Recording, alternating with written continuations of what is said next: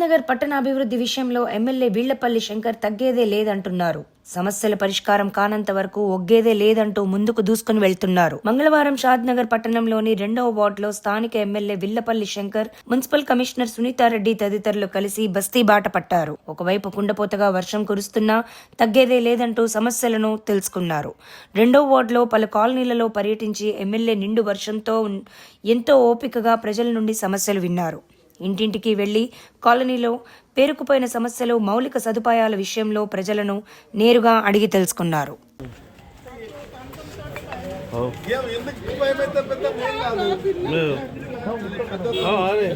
ఈరోజు ముఖ్యంగా తిలక్ నగర్ కాలనీకి రావడానికి ముఖ్య ఉద్దేశం, గత కొన్ని సంవత్సరాల నుంచి ఇక్కడ నివాసం ఉంటున్న ప్రజలందరూ కూడా చాలా కొన్ని సమస్యల మీద ఎన్నో ఇబ్బందులు ఎదుర్కొంటూ ఉన్నారు. కాబట్టి ఈ మున్సిపాలిటీ పరిధిలో ఉన్న ఈ కొనాకున్న తిలక్ నగర్ ఎవరు పట్టించుకోవడం లేదు. కాబట్టి ఇక్కడున్న ప్రజలు కూడా నాన్ లేఅవుట్లో ప్లాట్లు కొనుక్కొని ఈ నివాసాలు ఏర్పాటు చేసుకోవడం వల్ల వాళ్ళకి మౌలికమైన వసతులు, డ్రైన్ కానీ, డ్రైనేజ్ కానీ, రోడ్లు కానీ, కరెంటు కానీ, నల్లలు కానీ తీవ్రమైన ఇబ్బందులు గురవుతున్నారు. కాబట్టి ఒక బాధ్యత గల ప్రజాప్రతినిధిగా నేను, ఒక ఎమ్మెల్యేగా ఇక్కడ కౌన్సిలర్లు, మాజీ కౌన్సిలర్ తిరుపతి రెడ్డి, మన చెన్నన్న అందరం కూడా కలిసి, నరేష్, ఖదీరు, ముబారకు, బాబరు, మున్నా వీళ్ళందరూ కూడా, మా రావుబాయ్ కూడా అంటే ఇక్కడ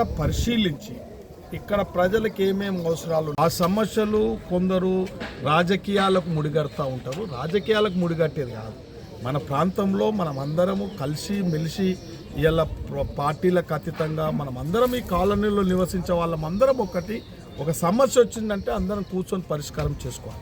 ఇలా ఎవరో ఆ సమస్యను ఒక మీకి నెట్టడమో, ఏదో నేను పెద్ద నాకన్నా మించినోడు ఎవరు లేడు ప్రాంతంలో అనుకుంటే పొరపాట్లు అటువంటివి కాదు. మనం అందరం కలిసిమెలిసి తప్పకుండా ఈ కాలనీకి ఒక ప్రమాదంలో ఉన్న ట్రాన్స్ఫార్మర్ను కూడా దాన్ని ఇంప్రూవ్మెంట్ చేస్తాం, ఒక దిక్కు షిఫ్ట్ చేస్తాం. అదేవిధంగా ఈ అస్తవ్యస్తంగా ఉన్న డ్రైనేజ్ వ్యవస్థను, అది ఒక చిన్న డయా అంటే ఈ ప్రాంతానికి సరిపోయే డయా వేయలేదు కాబట్టి దాన్ని పెంచుతూ పెద్ద డయా వేస్తూ అవుట్లెట్ కూడా కొందరు రైతులతోని, గౌరవ రైతులతో కూడా మాట్లాడడం జరుగుతుంది.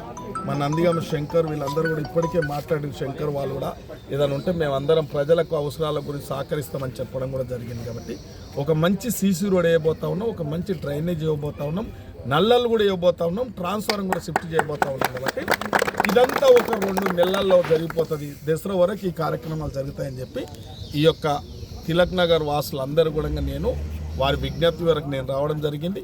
వారు ఒక నిజంగా వాళ్ళు అడిగిన అన్ని సమస్యలు ఒక ప్రభుత్వం పట్టించుకోవాల్సిందే, ప్రజాప్రతినిధులు పట్టించుకోవాల్సిందే, వాళ్ళ అవసరాలు తీరవలసిందే. కాబట్టి ఇవాళ నేను ప్రత్యేకంగా రావడానికి ఈ కార్యక్రమం నెరవేర్చాలని చెప్పి, ఆ ప్రజల అవసరాలు తీర్చాలని చెప్పి ఇక్కడ రావడం జరిగింది.